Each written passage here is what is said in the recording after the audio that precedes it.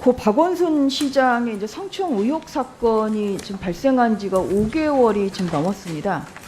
아까 앞선 그 답변에서 이제 피해자에 대해서 그냥 안타까웠다. 이제 이렇게 밖에 말씀하지 못하시는 데에 대해서는 굉장히 유감을 좀 표명합니다. 또한 이번 그 국감을 통해서 이제 이미경 그 성폭력 상담소장님이 나오시겠다고 했고, 저희 국민의힘으로서는 이것을 무슨 정쟁화하려는 것이 아니라 피해자 상태가 어떤지, 이것은 아마 뭐 본 의원을 포함한 여기 앉아 계신 모든 여가 의원님들 다들 궁금하시고 또한 걱정되시는 부분이라고 거라 생각합니다. 그럼에도 불구하고 납득할 수 없는 이유로 그렇게 오늘 그 참고인 채택이 결국 아직까지 이루어지지 않았다는 점에 대해서는 강한 유감을 표명할 수밖에 없습니다. 그 수사 상황을 보면요, 검찰은 그 지금 답보 상태예요. 그리고 뭐 피소 사실, 고소 사실 유출 사건, 그리고 또 그 강제추행 이런 그 방조 사건, 이제 이런 것도 다 지금 수사권이 답보 상태이고, 국가인권위에서 이제 직권 조사를 하고 있습니다만 할수록 조사 대상이 늘어서 12월쯤이나 조사 결과가 이제 도출이 된다고 합니다. 그 장관님, 저는 사실 지금 이제 이런 상황이 왜 걱정이 되냐면 이런 이제 권력형 성범죄 아닙니까? 이제 거기에는 동의하시죠? 이런 사건이 권력형 성범죄라는 것은 피해자예요.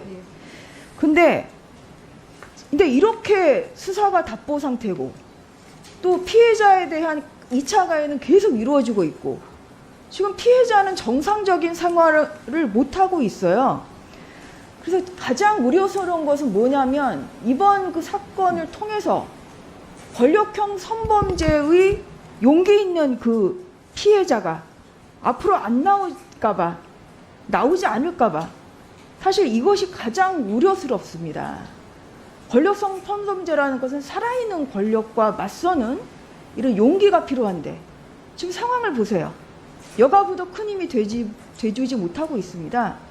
또한 수사기관도 마찬가지예요. 그렇기 때문에 여기에서 이 여가부의 역할은 이런 그 권력형 성범죄를 당한 피해자들에게 용기를 주는 역할이 가장 필요하다. 이 말씀은 공감을 하시죠? 저도 가장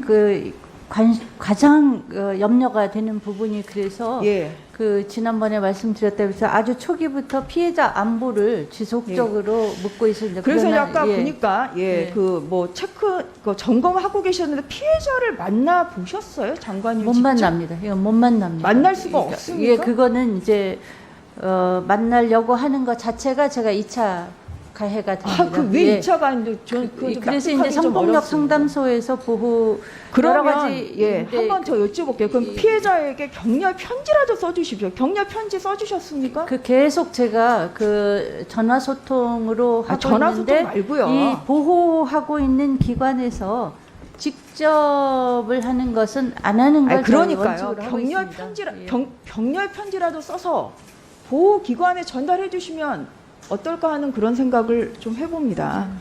네, 그거는 근데 여기 이제 피해자 보호라는 것을 너무 엄격하게 생각했나 그래서 봅니다. 너무 여가부의 목소리가 안 들린다 지금 이 얘기를 하는 거예요. 편지 쓰는 게 뭐가 어렵습니까? 그 장관님의 진실을 정하시는 게 그걸 뭘 두려워하세요? 두려워하는 게 아니고 피해자의 안전을 피해자의 안전을 가장 이런 염려하고 말씀을 있습니다. 드리는 것이고요. 제가 질의하겠습니다. 의원님 말씀 끝나고 답변을 하십시오. 그렇게 하겠습니다. 그 성추행 고소 100일에 이제 그 피해자 입장문을 냈습니다. 저는 살아서 정의 실현 지켜보겠다. 이것이 바로 우리 국회가 할 일이라고 생각을 합니다. 여가부도 힘을 모아주셔야 되고요. 여기 보면 거주지를 옮겨 지내고 있다고 하는데 아까 보면 보호시설에 있는데 보호시설에서도 거주지를 옮겨 다니고 있어요? 그러니까 보호시설을 그 피해자 중심으로 피해자 희망에 따라서 거주지를 정합니다. 그러면 그 사이에 그럼 피해자 희망에 따라서 거주지를 옮겼습니까? 그 말씀드릴 수가 없습니다. 그것은.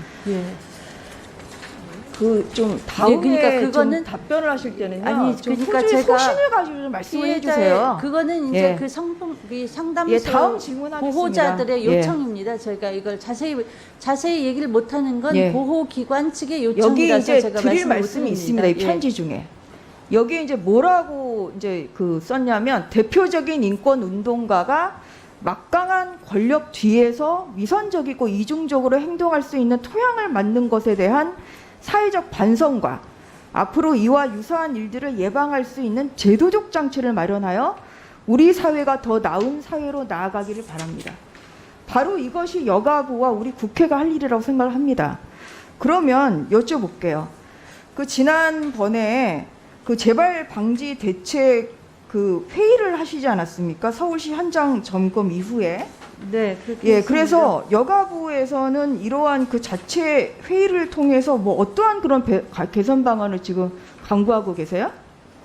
지금 현재 아까 말씀드렸다시피 이 신고 체계를 조금 더 피해자 중심으로 해야 된다는 거, 그다음에 조직 문화 개편, 또 2차 피해 유형과 개념에 대한 정의, 2차 피해에 대한 방지 요청, 뭐 이런. 그러니까 그거 이제 거기다가 아직까지도 준비 중이세요? 아니 그걸 이미 다 됐고? 이미 다 적용을 하고 있습니다. 지금 그러면- 저희가 그리고 예. 이제 뭐 여러 가지 맞춤형 교육 체계도 지금 설계를 해서 실행을 하기 아니 그러니까 직전입니다. 보면 이게 지금 이게 다 기관들에 대한 겁니까? 자치기관들에 대한 거예요? 이런 유사한 일들을 예방할 수 있는 제도적 장치, 이게 기관들, 자치단체 중에 적용할 수 있는 무슨 대책을 지금 마련하신 게 있으시냐고요? 네, 자치단체를 중심으로 하고 있고 또 일반 기관까지 확대를 하고 있습니다. 그래서 자치단체에 저희가 이제 우선은 저희는 피해자 중심주의라서 그 피해자와 가장 가까운 20대, 30대 여성들과의 간담회를 통해서 그들의 입장에서 개선 대책을 들었습니다. 그래서 그들의 입장에서 개선의 필요성이 요구되는 부분에 대해서 대책을 강구했습니다. 예. 저 7월 28일하고 29일에 이러한 그 서울시에서 그 현장 점검하고 회의를 하셨잖아요. 네, 그렇습니다. 예. 이 회의는 지금 계속 이루어지고 있어요. 이제 그 해당 회의를 이제 제가 말씀드렸다시피 광의에 관련자 또는 가장 피해자와 유사한 연령층 여성들 간의 간담회, 뭐 시도국장 회의, 그다음에 이제 지금 이제 또 여폭방지위원회를 통해서 그간 수렴된 의견을 또 조금 더 정리할 회의가 예정되어 있습니다. 그래서 요청 드리는 것은 뭐를 하신다 그러는데 별로 그렇게 목소리가 안 들려요. 예, 그래서 전략적 상황에서 야구가 안 보인다. 그렇기 때문에 여가부의 지금 존재 의의가 굉장히 의심도 점점 줄어드는 것이고, 네. 그래서 여가부 폐지하면서 지금 이런 얘기가 계속 나오고 있는 거 아니겠습니까? 그래서 이런 부분에 있어서 목소리를 내셔야 된다. 이런 부분을 말씀드리고 있습니다. 네, 유념하겠습니다.